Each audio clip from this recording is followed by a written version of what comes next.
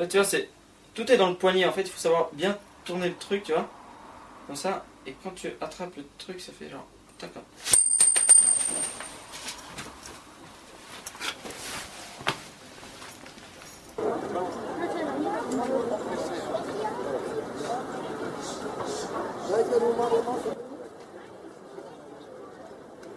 Regardez cette scène, Michel, elle est bourrée de gaffe.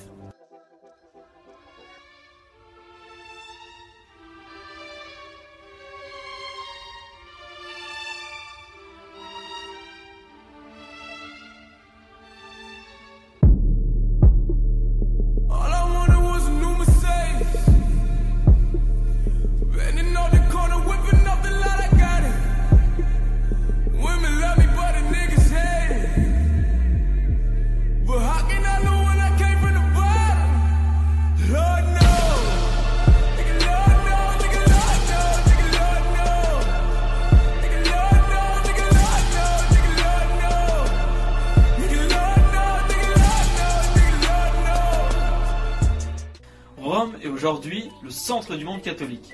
Mais ça n'a pas toujours été le cas. On ne sait pas exactement comment et de quelle manière il est arrivé à Rome, mais des traces ont été attestées dès les années 40 après Jésus-Christ. En 313, l'empereur Constantin légalise le christianisme. Et en 392, le christianisme devient la religion officielle de l'Empire romain. C'est à peu près en ce moment que se construit la plupart des églises, comme celle où je me trouve en ce moment, Sainte Marie Majoris. Cette superbe église est l'une des 4 basiliques majeures du Vatican, construite au IVe siècle sur l'emplacement de l'ancien temple de Junon, un temple païen. À vrai dire, les édifices culturels ont été souvent construits sur l'emplacement des temples païens détruits. Il arrivait même que les temples soient simplement purifiés et furent transformés en églises, symbole de la victoire chrétienne. Sans doute. Ou que le lien entre le christianisme et le paganisme est plus étroit que ce qu'il paraît.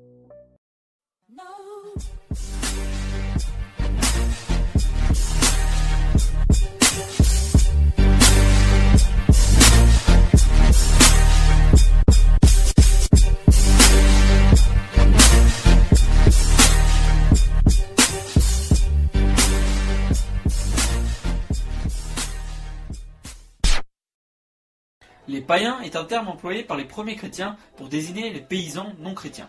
Avec le temps, ce terme s'est transformé pour désigner les croyances qui ne sont ni juives ni chrétiennes, principalement polythéistes et ethniques, locales en gros. Le païen est donc la personne qui vénère les dieux de son peuple, les puissances locales. Au contraire de ceux qui vénèrent le Dieu unique. Sans avoir besoin de préciser, les cultes païens sont hyper vieux, bien plus que le christianisme.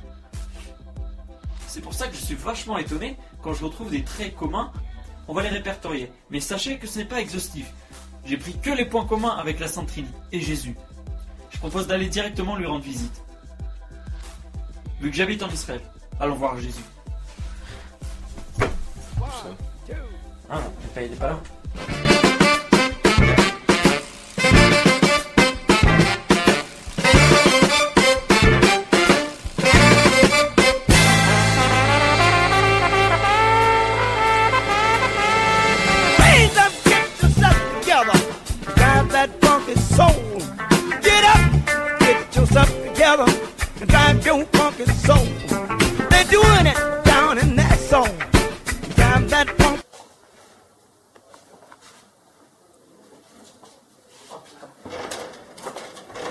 Putain, le con s'est fermé.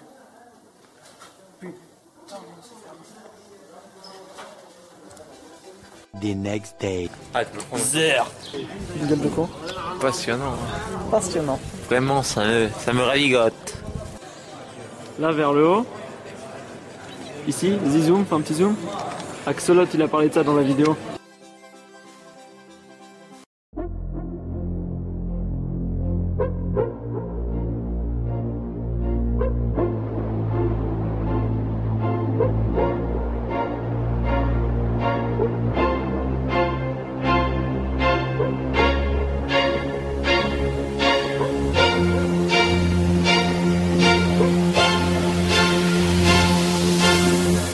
The shit, use your throne as my toilet seat. I demand a king's ransom for royalties. I deserve a mansion, I'm royalty.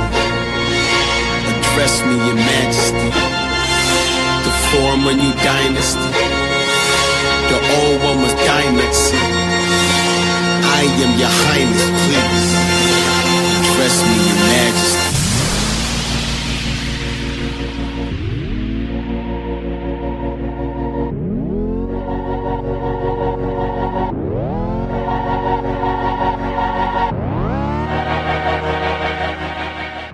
Alors là on est au sépulcre, là où il est enterré Jésus, enfin pas vraiment, vu qu'il s'est cassé.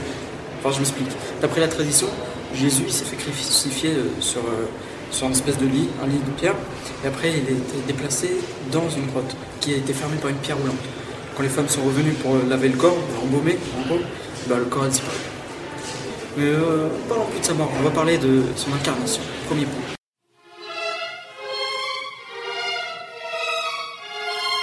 Alors l'enseignement de Jésus est très clair sur ce point.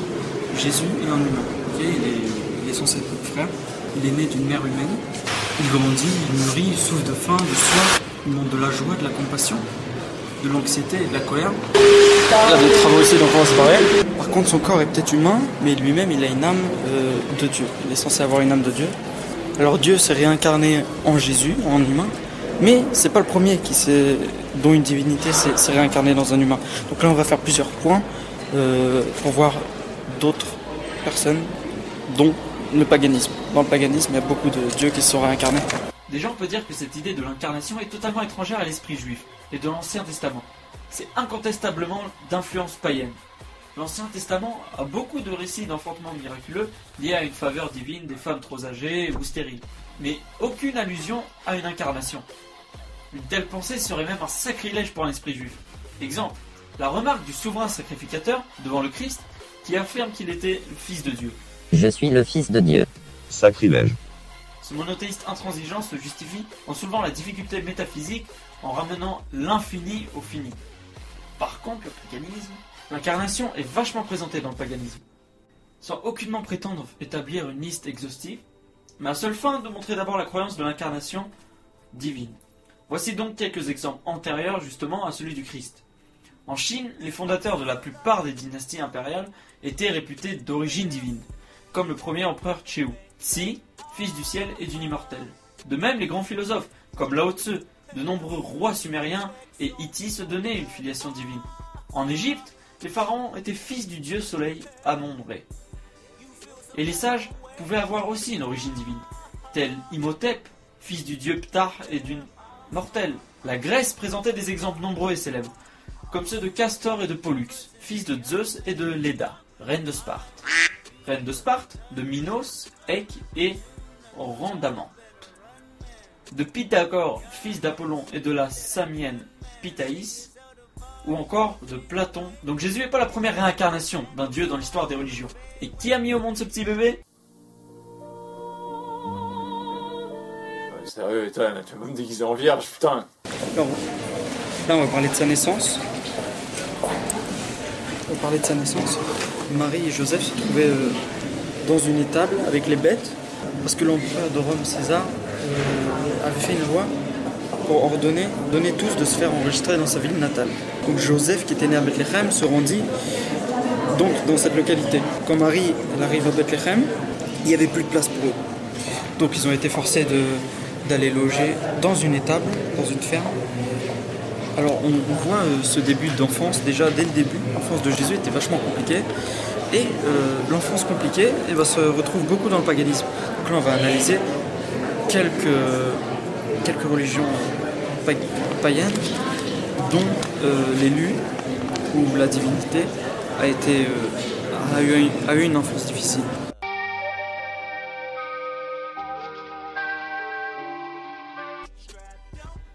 Il est donc également permis de songer au thème légendaire si répandu de l'enfance dangereuse.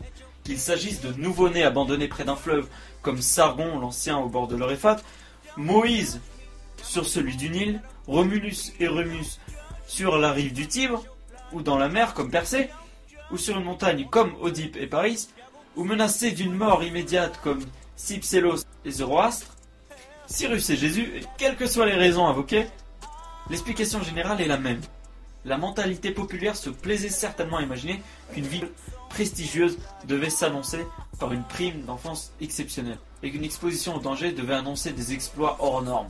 On comprend alors que chaque messie ou chaque Dieu qui arrive est obligatoirement une enfance vachement dangereuse.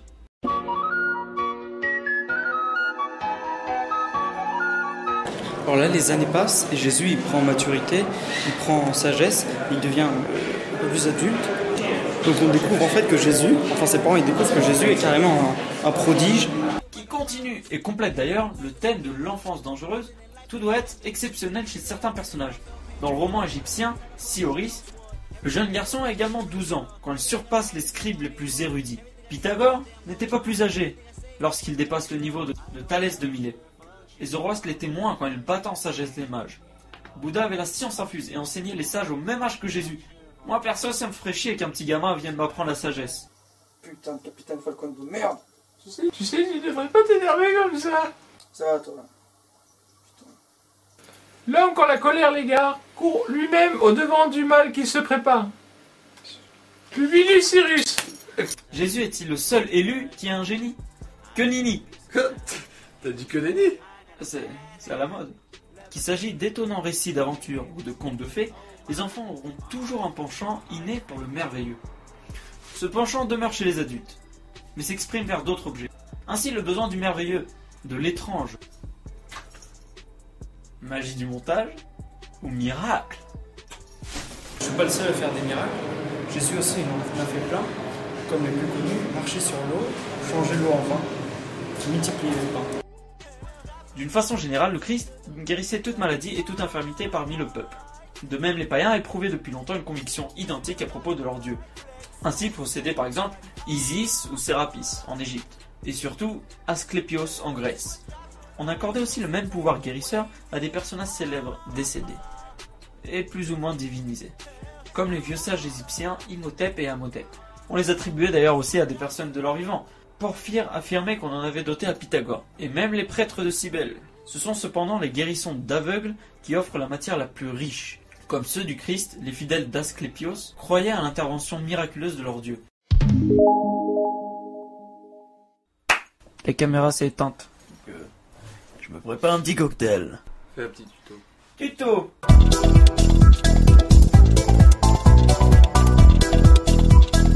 Tuto. Un peu de liqueur de café. Tuto. C'est pas obligé de répéter. Un peu de boisson. C'est de l'eau. C'est de l'eau C'est de l'eau, minérale. c'est de l'eau. C'est de l'eau volumineuse. Et Du lait périmé gros. il est pas périmé. Attends, ça se trouve, il y aura un gros. Ah. D'accord, ça a l'air une consistance normale, mais il y a des bulles quand même. Non, et l'ingrédient secret, c'est des glaçons en tête de morte. On va goûter. Tacite met aussi la guérison d'un aveugle à l'actif de Vésapien, qui émecta de sa salive les yeux de l'infirme. On notera avec curiosité que le Christ procéda de la même façon pour guérir l'aveugle Bethsaïda. La marche du Christ sur les eaux est l'un des autres miracles qui eut lieu sur le lac de Tibériade.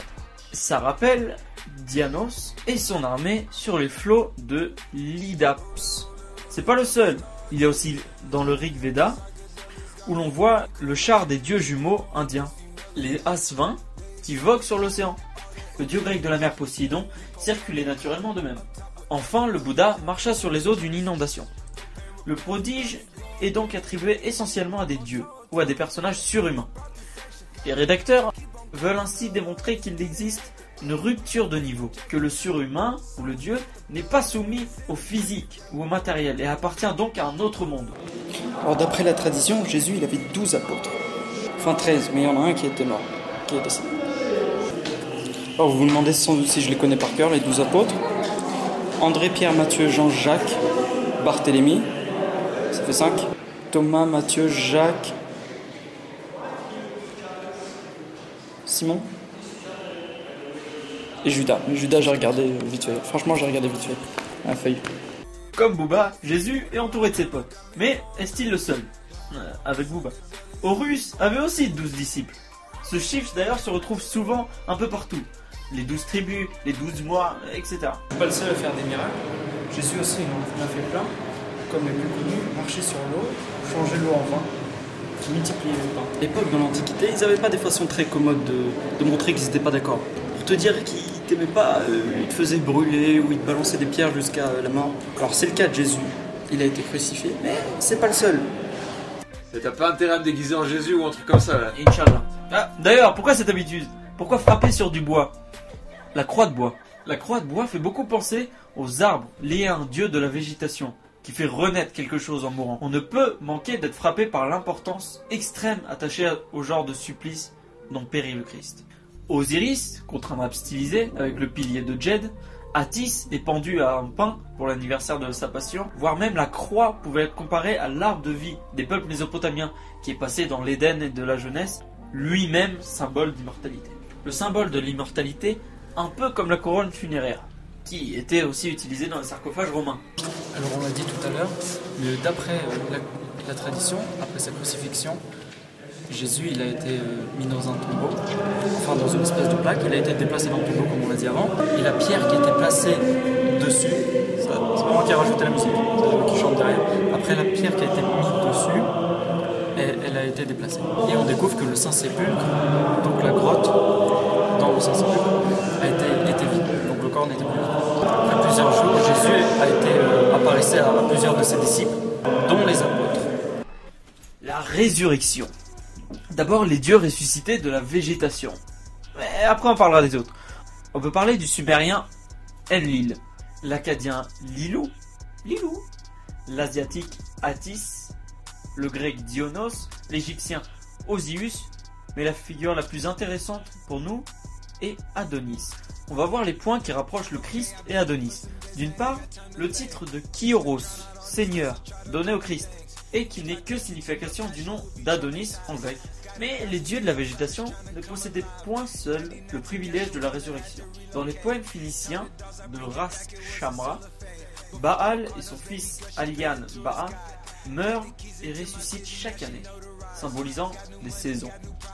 Et Melgar, le Baal de Tyr, était brûlé lors de chaque printemps pour garantir sa résurrection. C'est fondamental la Trinité dans la pensée chrétienne, comme peut nous le dire le professeur Chibre. C'est fondamental. Mais attention professeur Chibre, faut pas confondre Trinité et Triade. Déjà ça s'écrit pas pareil, là il y a un A, il y a un D en fait, Bon, la Triade c'est 3 divinités séparées, et la Trinité c'est 3 divinités réunies en un. Le chiffre 3 signifie plein de trucs. Aristote a dit au début du traité du ciel: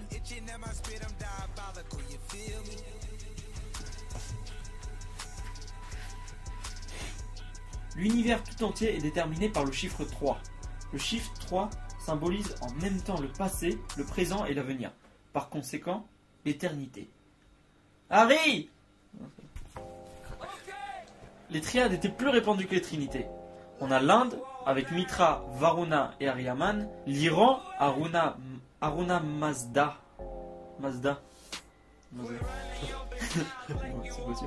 Anita et Mitra, la Babylonie avec Sin, Shamash et Ishtar, la Grèce, Zeus, Héra et Dionos, l'Éthurie, puis Rome, Jupiter, Junon et Minaret. Et bien sûr, la grande triade, son dieu unique national, Osiris, Isis, Horus. Ces trois-là, c'était un peu l'exception qui confirme la règle, l'individualité, et cette liste est loin d'être exhaustive. Test son. Fleur anale. Bien que l'Égypte soit les boss dans le domaine trinitaire, le monde indo-iranien fournit aussi des magnifiques exemples. On peut ainsi noter le triple Ani, du dieu verdict du feu, et le triple Mitra perse, composé du dieu solaire encadré par les portes de flambeaux Kotès et Kotopatès.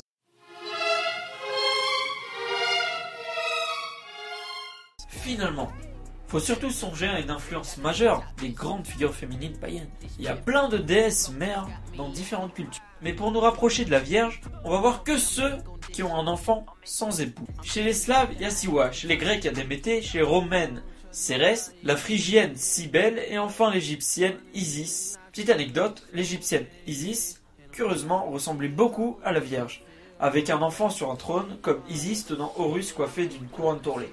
Encore un peu. On affirmait ainsi qu'avait été vierge mère d'Anaï, mère de Persée, Pathaïs, mère de Pythagore, Périctione, mère de Platon, Ré Sylvia, mère de Romulus et de Rémus, la mère de Simon le magicien, bien d'autres encore, sans oublier la future mère de Saoshyant, le sauveur perse.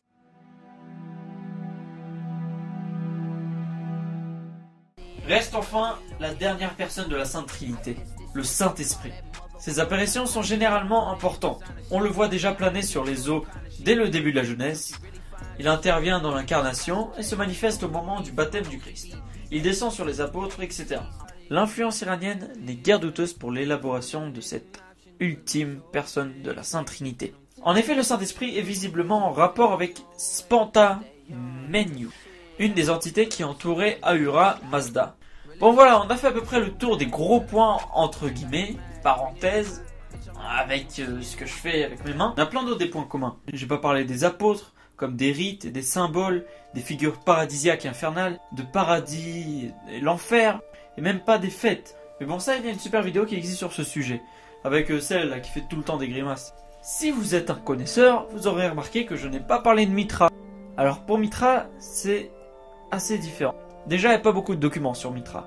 Et en plus, l'armée romaine, qui voulait combattre l'influence chrétienne, a introduit dans le culte de Mithra la résurrection au 3e jour, ainsi que la plupart des similitudes existantes. Donc, je sais pas si c'est le mitraïsme qui a influencé sur le christianisme ou l'inverse. D'ailleurs, ça m'a mis beaucoup de temps pour différencier entre les réels points communs et les à peu près. Il y a sur le net beaucoup de propagande anti-religieuse, comme beaucoup de propagande religieuse d'ailleurs. Et je pense qu'il ne peut pas avoir de vrai débat intellectuel si on arrondit tout, comme beaucoup de pages internet le font.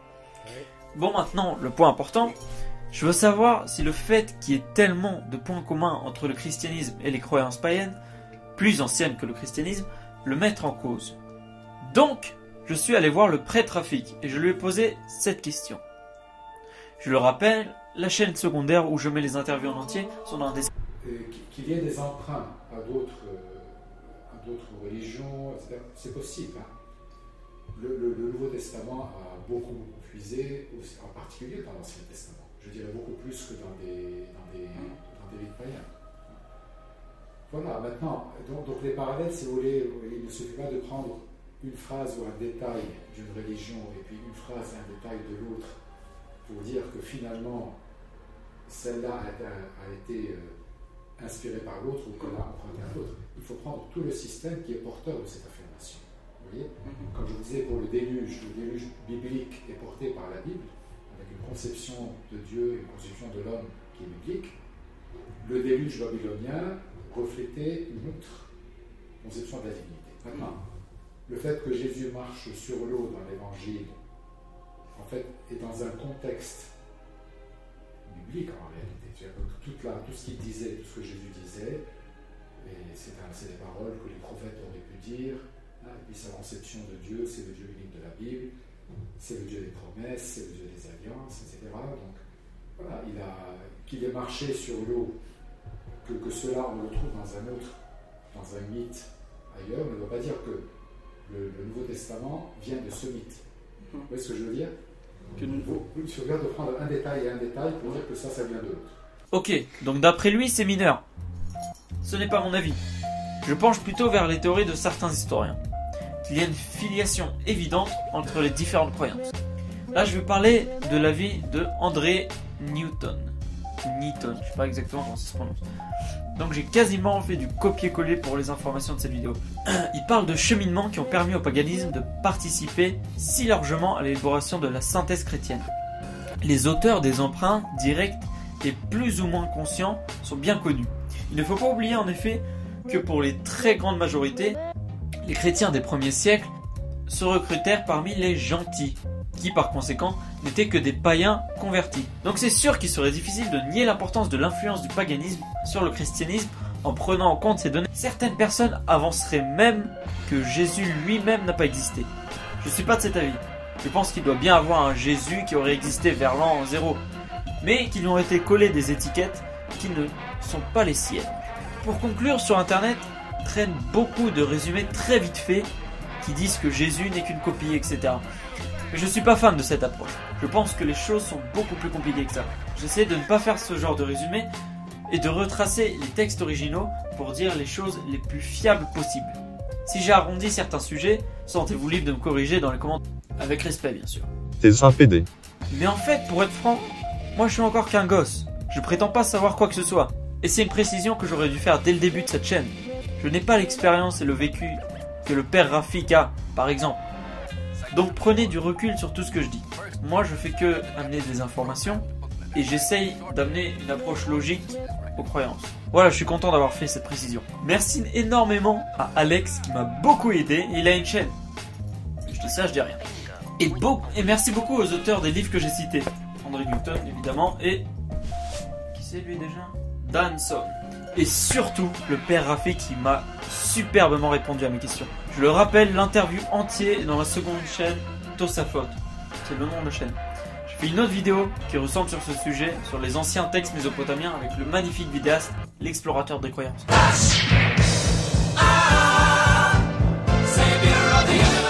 Allez, ça fait beaucoup de promos là, alors à plus. Non, c'est nul ça. Ça c'est nul. Au revoir. Je vais faire comme ça. Au revoir. Là, abonnez-vous parce qu'il y a plein d'autres vidéos qui arrivent. Et il y a un gros projet qui arrive, je vous en dis pas plus. Très gros projet. Tiens, même lui, il vous le dit. Attendez. Dis-leur. Abonnez-vous. Ah, il l'a dit. C'est pas moi, c'est lui. C'est lui qui l'a dit.